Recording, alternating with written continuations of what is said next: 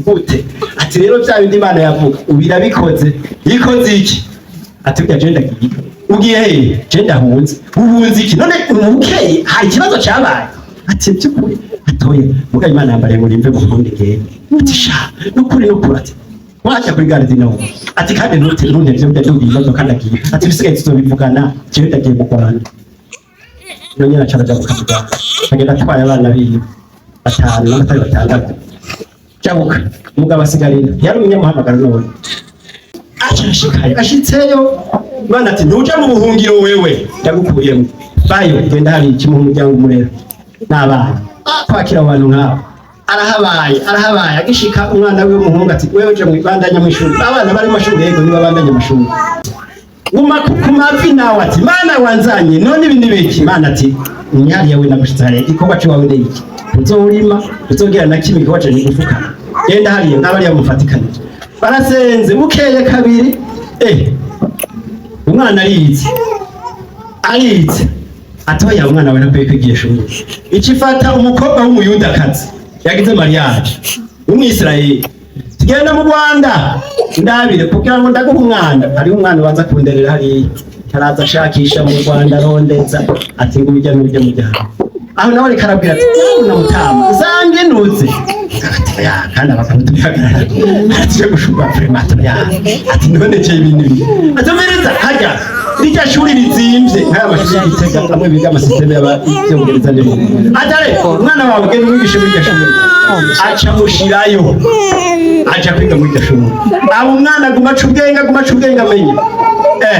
mugabo aratinda arumva ati reka nyarukunze burya ibintu birakomeye cyabatereka nje kuramutsa umuryango ndagukumbuye acaragenda ati burya byaheze kumutaho harikire baho burya boye ningaha nyine Mana ati ngira ndabagirire neza muzobibona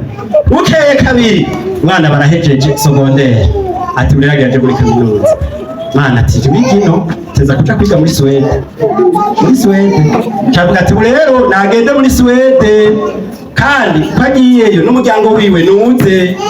ati rero userukira umuryango naze gukora ikibazo hanyuma ibibazo bamubaza acagenda aho siwe yasenze umugore Yesu adufashe cyane mugabo nyene umuco w'ikirundi bwazi nyene bivetse we yateza kubaha kinyakuwa ugenda rero mugabo gende twasenze arasenga kandi umugabo yasenga ari umukozi w'Imana kure kandi sezero ryari kuri Yesu adufashe ati genda mugabo aragenda arakora ikibazo kimukubita hasi aramuha amahirwe ya kabiri kimukubita hasi none ko itegeko rivuga ko mutegeza kugenda muri Swede bigende gute aratona amategeko y'baragana ngo arabusase y'umugabo umugore ashagira ngo umugore naje yagiye mu cyayi kubita seke none yafite amashuri atandatu ati yakimenya tubure umuryango n'ucanditse kuri wewe twanditse ku mugore uwo mukobwa w'iki basi cyabiteguye indege kirabarerura no muri Swede baca mu ikomine yo muri Swede itigeze bamwe abandi bantu atari umuryango w'abantu acabayo ari umwirabure uwo muryango we wonyene ari batanguye kujayo abantu bose bagatangara ati ibi bintu ndibiki ntashike amaze gushika Mana ati nibigere mu Swede bacisha yarahejeje icongereza baravuga byose byarabimana wa muhungu wiwe ibintu uyize byaranangoye n'isobanura n'ibintu bijanye n'ivy'amatelefone gukingira umutekano w'amatelefone ukuntu uriko muravugana n'umuntu umenye yari n'ibyo arimwo n'ibintu n'aba bantu bagiye gusuma by'ibiki ibyo rero nibyo bumva ariko abimbara mu Cyongereza byaranasize rero sinabihamba gerageza kubisobanura ati bisa n'ibyo ubundi mukobwa ubu n'umuganga nawakomeye harimo n'umuhungu amaze kugira mariage n'abandi kandi abana biwe ati ino bababambira tuwo mukobwa wewe abazungu bose barakwingofero ngo ubwenge bwiwe kububaho rero ni yari yavuga ati Imana yarabyemeye bya bindi kandi Imana ntibesha iyo bari kurabaraba amafoto bariko barakwereka bari wabo afise ubwo buzima abana biwe bose wanyuma ni watanguye kaminuza hari abandi bose bo barakora bose barahereza kaminuza muri Sweden Yesu ashimwe cyane mbega yari Imana canke ntiyariyo yaraganiyo hari igihe Imana ibikura mu majambo ikabishira mu bintu bifatika Yesu ashimwe cyane iyo tuyisenze by'ukuri tukagira ukwizera irabikura mu majambo ikabishira mu biboneka Yesu ashimwe cyane abakenyezi bubaha Imana uratinya Yesu ashimwe. Kandi hari abakenyezi b'abahizi Abigayili yari mukande kana bana ikigaba umuryango wagira uhone mugabo asha umukenyezi wiki umwe w'umuhizi w'umunyabwenge amenye nagirira umwami amenye nagirira Dawidi hanyuma rero umuryango urakira. Yesu ashimwe cyane. Sabo gusa sabo bonyene aho ni kuva mu isezerano rya kera. Rusi hari umukenyezi w'ikimazi umunyamahanga mugabo yumira hehe kumana ntiyamutaye umukenyezi yumira kumana nzomuta. Yesu atugirire neza. Aho ni isezerano rya kera bariyo benshi abitwa ba Debora babaye abahizi abantu b'igiciro Imana ishima kandi yemera batabara amahanga. Yesu atugirire neza. Tutavuze muri iri sezerano rishasha babanye badoroka ntabwo twumvise ngawe batabita sibe doroka none babaye abantu b'ikimazi Imana yibuka aba Mariya babanye na Yesu kandi bwa mbere byabo ntibyari byiza itangura ryabo ntiryari ryiza mugabo hari ikintu Imana yakoze. Yesu atugirire neza. Yesu ashimwe cyane. Ariko harabaye n'ibigaba hariho n'abantu b'ibigaba batacu bamaze. Yesu adufasha ashobora gukwegera umuntu uhera kuri Eva baradukwegeye aca gufata ibintu aragenda aronona ibintu acazanira umugabo ngorya umugabo nawe atarabye acarapfa kurya umupfumu uragize gute uraje inzoka cyangwa gukobora abantu. Yesu nadufasha. Hari abantu babaye gito bose bayeze bene hafashe Ahabu baramujyana baca bamwica umutima nawe acisha igihugu. Yesu adufasha. Kubera buze mw'impuhemu z'ubusambanyi hari abagore buze mw'impuhemu z'ubusambanyi bagakwegera ubwoko bwabo bugapfa rukononekana bakica imitima y'abagabo babo. Yesu nadutabara. Uko hari ab'ikimazi niko hari n'ab'imbura kimazi. Yesu nadufasha. N'abandi ataco bamaze babandi baderira arabo kugurisha abantu gusa kurwanya abakozi b'Imana gusa kujya guteka imitego abakozi b'Imana. Yesu nadufasha. Abantu batagira ukwihangana umuntu adashobora kumara n'ukwezi kumwe. Yesu nadufasha. Uyu munsi nabona atabonye umugabo ejo agaca ruta. Yesu nadufasha. Mbega ko ariko aratera ibigwara intambara z'ubutandukanye umuntu atagira kwihangana azoshikanye azobahe uwazomara kangahe kuko batashinze imizi neza muri Yesu bateza gupfa. Ikintu cyose kidashinze imizi izuba ryatse kiragira gupfa kiruma. Umuntu yakwiye gushinga imizi neza mu gakiza agahagarara neza akamenya ko hari Imana. Umuntu akihangana imyaka 30 nk'abandi aba Ana 84 bagifukamira Imana bakija mu rusengero bubaha Imana. Yesu natugire neza. Imana atakintu kimwe bagaya bakabaho mu bupfakazi bwabo ntibacuruza umuntu kandi umuntu w'Imana bagwisha ukabasanga abantu bitwa ngo baramenye Imana ukabahiga mu kintu cy'icamwa kimwe bakuramo ukababura. Kwihangana kwakiye umuntu agakizwa nyene nk'uko Mariya yakijijwe agakizwa bikamenyekana n'umwami Yesu akamushingira intahe akamwiyereka. Uyu mukenyezi Mariya Magadalena yabonetse ari umuhizi adasanzwe yari yarigeze kugorwa arahura n'ibintu bibi imwe mu mbizi yamuzigiriza imyaka myinshi z'uburyo butandukanye mugabo arazikira muri Yesu byose biremewe. Yesu bacu nashimwe. Umuntu agakizwa bikaboneka ko yakijijwe akabitandukanira agushikaho umbere ukwizera kwiwe ushobora kuzana abandi benshi kandi bakavuga ngo nuko. Yesu nadufashe cyane. Naha amaze kumubwira ko ngo 17 baramubwira ati ntunkoreko kuko ntaraduga kwa data ariko genda kwa bene data ubabarira uti agira duge kwa se ari we so kandi ku Mana yiwe ariyo Mana yanyu. Mariya Magadalena aragenda abarira abigishwa inkuru abigisha inkuru nabonye umwami abadonda ivyo yagize gute cyamubariye byose hababwira acahinduka ahubwo umwigishwa mwiza wa Yesu arusa abandi. None burya ico gihe wone uba ko mbere bari pepo pastor sa none abandi bose bataye Yesu bagiye nibo bari barabanye na Yesu nibo bari baravuze inkuru za Yesu none ubu haciye ibintu bahunze bomotse mubaragarutse niwe afise inkuru nziza akuye kuri iyi none ngo tarakwiye kuyigisha Yesu adufashe niwe yarakwiye kuvuga ubutumwa bwa Yesu kuko niwe yarabufise none se yaramuhaye inkuru z'ukuri ziba yamuho yarakwiye ko yacavuga ati oye ico gituma hari abantu rimwe na rimwe bavuga ngo oya nta bintu by'abagore ngo nta bintu by'ibiki mugabo hari abagore bazima ariko hari n'abagore b'ibipfu Yesu adufashe hariho ariko nka Safira bakaje inama n'umugabo itariyo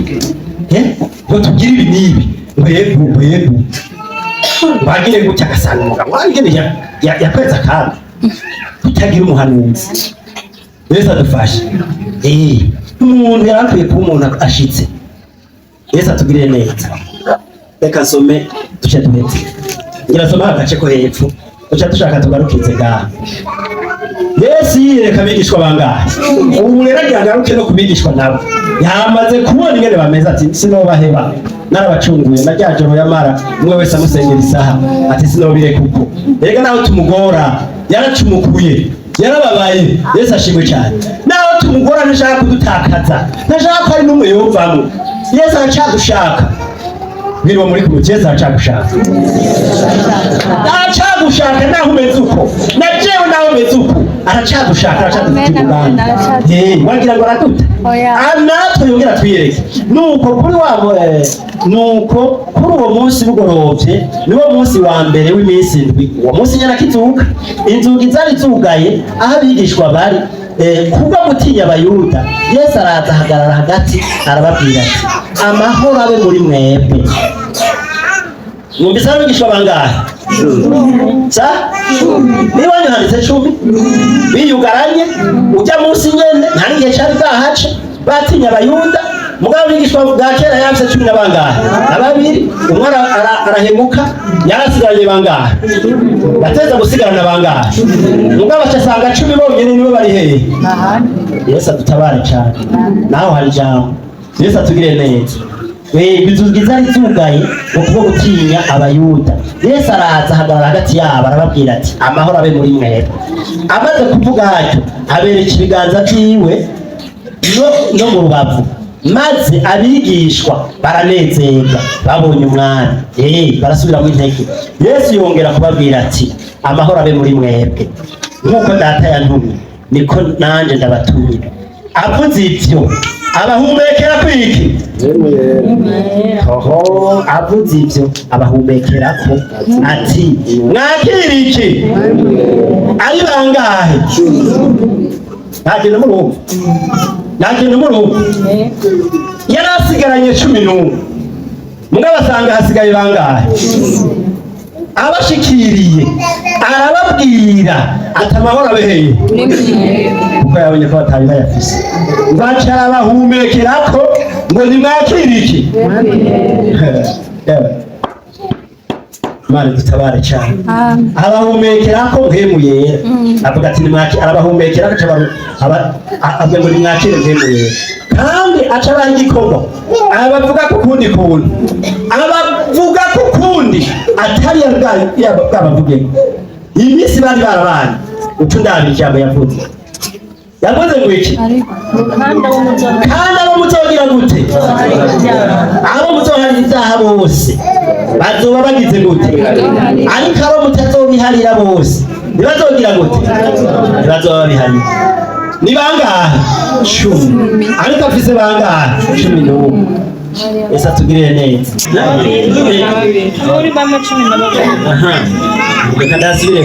ariko Toma ariwe hasa umwe wo muri bamwe 12 ntiyari kumwe nabo aho Yesu yagira gute mugihe uwo munsi nyene ntudazuka inyuma y'iminsi 3 Toma yari yamaze guta umurongo yari yamaze kuja kwiba yari yamaze kuja kuyerera hamba yarasiye mu biki uvyo yahoze abandi bose baje bati nitwapfa upfire hamwe ewe gutaba mu bandi turakwiye kuba nk'abandi. Yesu atugire neza, Yesu atugire neza. Wewe warisobanura mu bantu 10 afata inzira ya wenyine. Kera hariho icyo twiga mu ishuri bavuga ngo umuswi w'iki ikigaba. Urabyibuka abantu biyo basomye kera umuswi w'iki ikigaba. Murazi byawushiki mwengo chakora kana gatabo sinzi wengine bimeze. Yindi miswi iri kumwe na nyina ubundi nawe uri hehe? Hari inyuma. Yesu nadutabara cyane. Ngo yari kumwe nabo igihe Yesu yaza 2005. Abandi bigishwa baramubwira bati twabonye umwami, nawe arabishyuye iki ati nintagira gute ntabona inkovu igihe yazereka abandi yari nintabona inkovu z'imambo ngo shire n'urushehe mu rubavu rwiye, nintabona inkovu z'imambo mu biganza byiwe ngo nkoze urutoke rwanje mu nkovu z'imambo ngo shire urushi mu rubavu rwiwe singira gute sinemera. Ibintu bivugwa n'abantu 10 kandi biraboneka ko n'igihe Mariya Magadalena yaza kuvuga siho yari abagabo 10 bose baremeza ikintu nawe ngo Jesse nemera ibyo Jesse nemera nandabye ngo kagambo kadari sinzi aranka ararahira hepfo kuri 2006 maze iminsi 8 ihetse abigishwa bari mu nzu ukundi gushasha na Toma bari kumwe. Yesu araza inzugi zari zugaye ahagarara hagati ati haciye iminsi ngahe? 8. None we mumviye iminsi 8 abandi bafise nde mwemuye nawe aragaragara. Yesu adufashe bari bafise mwemuye nawe aragaragara biramwankira ntiyabona basuruko abagabo bahindutse. Umuntu afite mwemuye yarahindutse hari ibimenyetso bimubaka ntiyaraba ati none bayasuka bahora basi ukuntu bahora baseye ukuntu bahora bavuga bibi ngo mpaka nawe niwe yishingiye akanyiri ntamubonye ngo nkozemo intoke ntabonye ibinini kwemera umuntu ntatoma. Yesu atabara cyane ndabira iminsi 8 Yesu araza inzugi zari zugaye abahagarara hagati avuga ati amahoro abehe muri mwebwe,